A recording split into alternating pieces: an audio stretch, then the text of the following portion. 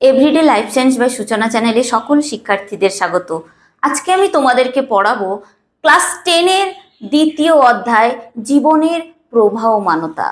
তো জীবনের যে প্রবাহমানতা মানে প্রবাহিত হয় জীবনটা কিভাবে, দেখো আমাদের পরিবেশে দুই ধরনের উপাদান রয়েছে, তাই না? সেগুলো কি কি বলতো? সেগুলো হচ্ছে, একটি হচ্ছে সজীব উপাদান, অপরটি হচ্ছে জড় উপাদান।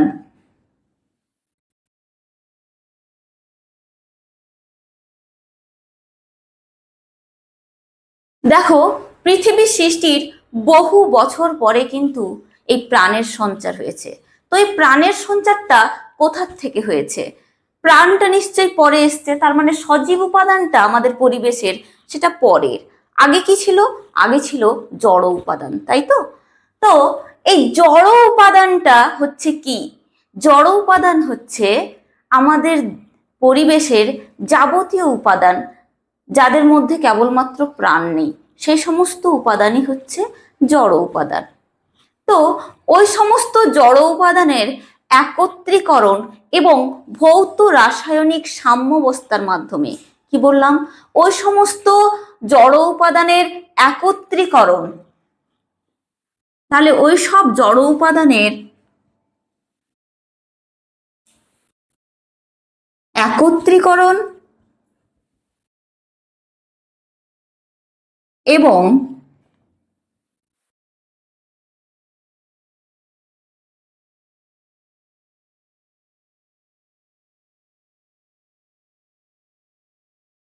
ভৌত রাসায়নিক সাম্যাবস্থা যাকে বলা হয়, কি বলা হয়? ভৌত রাসায়নিক সাম্যাবস্থা। এই জড় উপাদানের একত্রীকরণ এবং ভৌত রাসায়নিক সাম্যাবস্থার মাধ্যমে কিসের সৃষ্টি হয়েছে? সজীব উপাদান, বা এখান থেকে সৃষ্টি হয়েছে এককোষী জীবের। কিসের সৃষ্টি হয়েছে? এককোষী জীবের।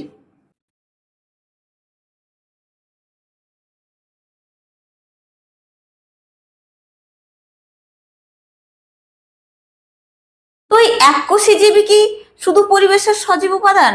না, বহুকোষী জীবও পরিবেশের সজীব উপাদান। তো কিভাবে একটি বহুকোষী জীবের সৃষ্টি হয়েছে? দেখো, এই যে এককোষী জীব, এই এককোষী জীবের অভিব্যক্তি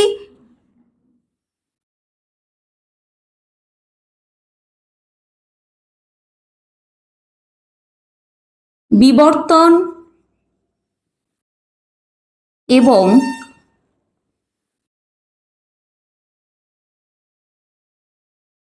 অভিযোজন। কি বললাম? এই এককোষী জীবের অভিব্যক্তি, বিবর্তন এবং অভিযোজনের মাধ্যমে কিসের সৃষ্টি হয়েছে? বহুকোষী উন্নত জীবের সৃষ্টি হয়েছে। কিসের সৃষ্টি হয়েছে? বহুকোষী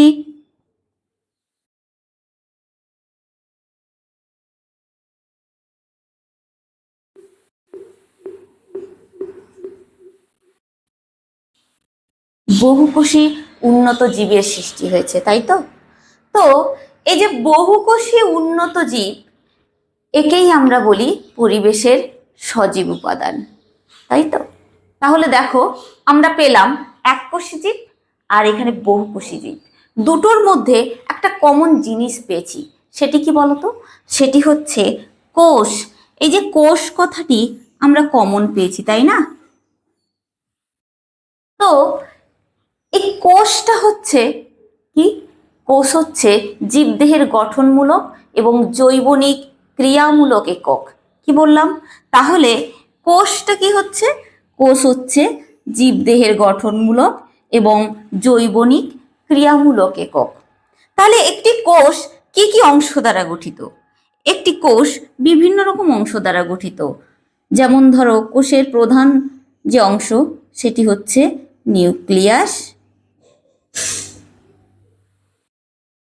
তারপরে ধরো রাইবোজোম রয়েছে, ক্লিয়ার, মাইটোকন্ড্রিয়া রয়েছে, ঠিক আছে? এই রকম অনেক জিনিসই রয়েছে। তার মধ্যে আমি কয়েকটা দিলাম, কোষ পর্দা থাকে, কোষের কোষ প্রাচীর থাকে ইত্যাদি। তাহলে একটি কোষ কোষ পর্দা, কোষ প্রাচীর, মাইটোকন্ড্রিয়া, রাইবোজোম, লাইসোজোম, এই ধরনের বিভিন্ন ধরনের উপাদান দ্বারা গঠিত, তাই তো? তো কোষের থেকে কিভাবে, অর্থাৎ এই এককোষী জীবের থেকে কিভাবে বহুকোষী জীবের সৃষ্টি হয়েছে? কোষ মধ্যস্থ, অর্থাৎ কোষের মধ্যে, ঠিক আছে, যে উপাদানের, অর্থাৎ নিউক্লিয়াসকে বোঝানো হয়েছে, অর্থাৎ কোষ মধ্যস্থ নিউক্লিয়াসের দ্বিত্বকরণ, অর্থাৎ নিউক্লিয়াসের যে উপাদান তার ডাবল হয়ে যাওয়াকে বলা হয় দ্বিত্বকরণ, এবং সেটি পৃথক হয়ে কি সৃষ্টি হয়? দুটি অপত্য কোষের সৃষ্টি হয়, তাই তো? একেই বলা হয় কোষ বিভাজন। অর্থাৎ সহজ কথায় আমরা বলতে পারি, জনিত্রী কোষ থেকে যখন অপত্য কোষের সৃষ্টি হয় তখন তাকেই বলা হয় কোষ বিভাজন, তাই তো? তো এখন আমরা কোষ বিভাজনে প্রবেশ করলাম, তাই তো? তো এই কোষ বিভাজন প্রথম কে পর্যবেক্ষণ করেন? এই কোষ বিভাজন প্রথম পর্যবেক্ষণ করেন সায়েন্টিস্ট ফ্লেমিং। কে পর্যবেক্ষণ করেন? সায়েন্টিস্ট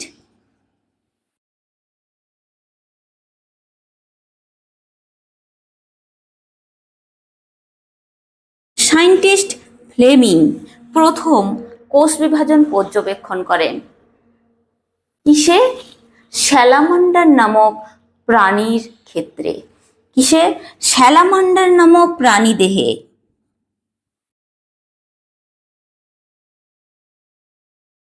এই স্যালামান্ডার নামক প্রাণীর দেহে প্রথম কোষ বিভাজন পদ্ধতিটা সায়েন্টিস্ট ফ্লেমিং পর্যবেক্ষণ করেন।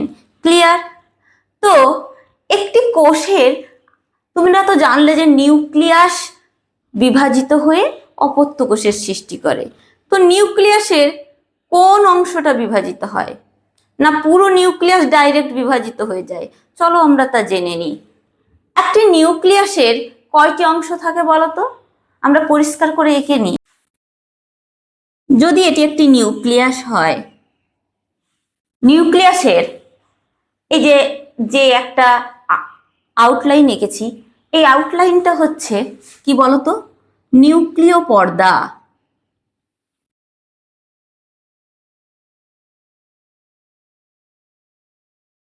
ক্লিয়ার?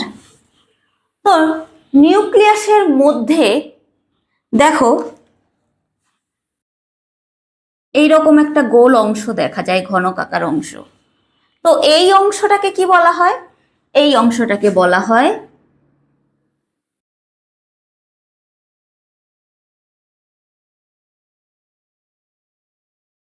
নিউক্লিওলাস। ক্লিয়ার? তো নিউক্লিয়াসের মধ্যে আরো অংশ কিছু দেখতে পাওয়া যায়। কি ধরনের অংশ দেখতে পাওয়া যায়?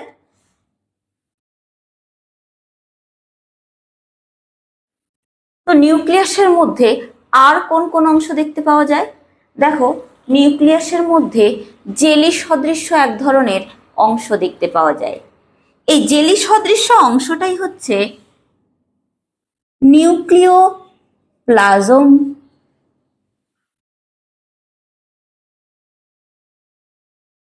বা যাকে বলা হয় নিউক্লিয় রস।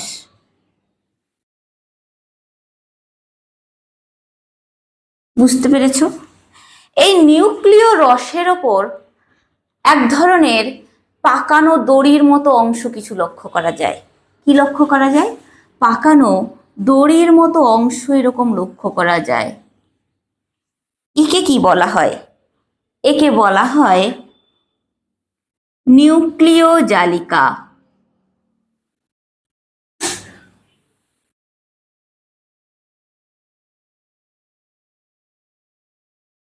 বুঝতে পেরেছো? তাহলে একটি নিউক্লিয়াস কি কি অংশ দ্বারা গঠিত? একটি নিউক্লিয়াস চারটি অংশ দ্বারা গঠিত। নিউক্লিয় পর্দা বা নিউক্লিয় মেমব্রেন যাকে বলা হয়, নিউক্লিওলাস, নিউক্লিওপ্লাজম বা নিউক্লিয় রস, এবং নিউক্লিয় জালিকা বা যাকে বলা হয় ক্রোমাটিন জালিকা। ক্লিয়ার? তো এই যে একটি নিউক্লিয়াস, এই নিউক্লিয়াসের কোন অংশটা বিভাজিত হয়? এই নিউক্লিয়াসের মধ্যে যে ক্রোমাটিন জালিকা বা নিউক্লিয় জালিকা রয়েছে, আমরা বাইরে আঁকি।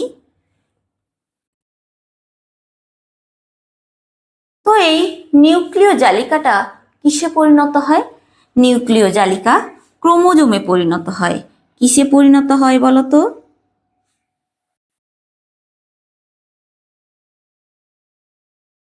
ক্রোমোজোমে পরিণত হয়। ক্লিয়ার? তো এই ক্রোমোজোমটা কি? ক্রোমোজোম হচ্ছে নিউক্লিয় জালিকা থেকে সৃষ্ট, ঠিক আছে, নিউক্লিয় প্রোটিন দ্বারা গঠিত যে অংশ কোষ বিভাজনে বিশেষ ভূমিকা পালন করে তাকেই বলা হয় নিউক্লিয় জালিকা। তো এই যে ক্রোমোজোম, তাহলে নিউক্লিয়াসের থেকে আমরা আসলাম কোথায়? ক্রোমোজোমে, তাই তো? তো এই ক্রোমোজোম কথাটির নামকরণ কে করেন?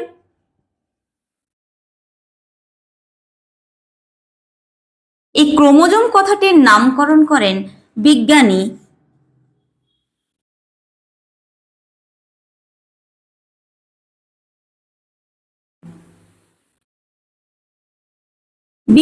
ওয়াল্ডেয়ার এই ক্রোমোজোম কথাটির প্রথম নামকরণ করেন, তাই তো?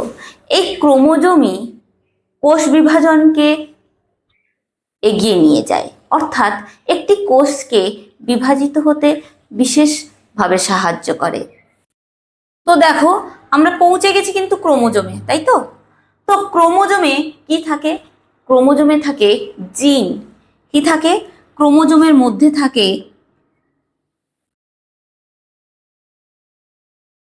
জিন।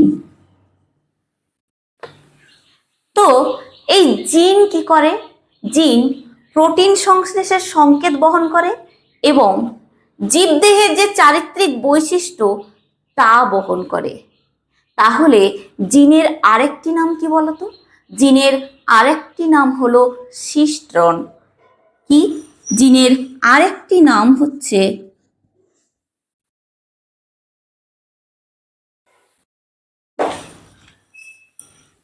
সিস্ট্রন। ক্লিয়ার? তাহলে জিনের আরেকটি নাম কি হলো? সিস্ট্রন। তো জিনের তাহলে বৈশিষ্ট্যগুলো কি হবে? জিনের বৈশিষ্ট্য হবে জিন প্রোটিন সংশ্লেষের সংকেত বহন করে, একটি বৈশিষ্ট্য। জিন চারিত্রিক বৈশিষ্ট্যগুলোকে এক জনুর থেকে অপর জনুতে বয়ে নিয়ে যায়, এটি একটি বৈশিষ্ট্য। জিন আর কি করে? বংশগত বৈশিষ্ট্যের বা বংশগত যে কোনো বৈশিষ্ট্যের ধারক, মানে ধারণ করে বৈশিষ্ট্যগুলোকে এবং বাহক, ঠিক আছে? এগুলোই হচ্ছে জিনের বৈশিষ্ট্য। দেখো আমরা পেলাম কি? ক্রোমোজোম, তাই তো? এই ক্রোমোজোম দেখো ক্রোমাটিড দ্বারা গঠিত, তাই না? এই ক্রোমাটিডের মধ্যে কি থাকে? কি থাকে বলতো? ক্রোমোজোমের সূত্রগুলো থাকে, ঠিক আছে, বা ক্রোমাটিড সূত্র যাকে বলা হয়। তো এই ক্রোমাটিড সূত্রই হচ্ছে